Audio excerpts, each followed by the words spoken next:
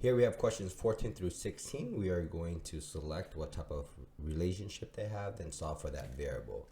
Notice for 14, these two angles here share this line right here. Therefore, it is a linear pair. Another way you can say linear pair are going to be that they are supplementary angles. That means they're going to add up into 180 degrees. Therefore, you can set up the equation. 5y plus 2 plus 78 is equal to 90. Combine these two like terms. 5y plus 80 is going to be equal to 90. Subtract that 80 to both sides. You get 5y is equal to 10. Divide by 5. Divide by 5. Cancels out. Y is equal to 2. The next part, notice that there is this red box around this corner.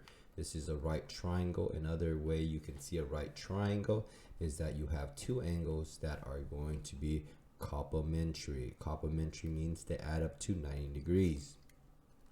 Therefore, you can set up the equation of 3x plus 6 plus that 48 has to be equal to 90 degrees.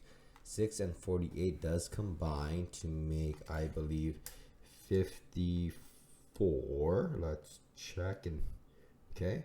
So 48 plus 6 is 54. Now what you need to do is bring down that 3x plus 54 equals to 90. Minus 54 to both sides. This cancels. 3x is equal to 90 minus 54. That equals to 36. Divide 3 to both sides. X is going to be equal to 12. Last one, notice that these two angles are going to be reflections of each other. When they are reflections of each other, we can see them as vertical angles. That means they are going to be congruent to each other. That means 152 is going to be equal to W plus 73. Minus 73 to both sides, we can get W alone. 152 minus 73 is equal to 79 degrees. And that is what W is.